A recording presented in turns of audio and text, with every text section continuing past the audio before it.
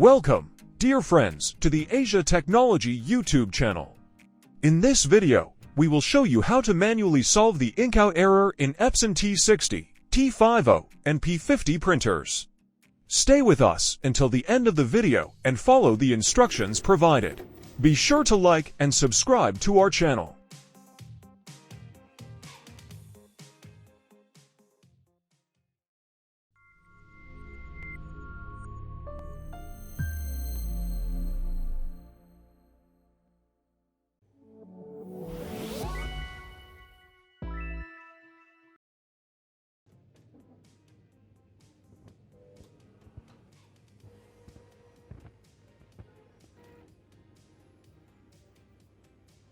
After the printer is fully powered on, press the cancel button repeatedly until the head resets to its initial state.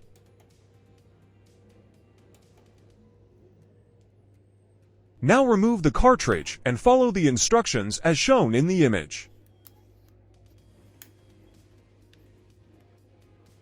Insert the cartridge in its place and press its button for 5 times repeatedly.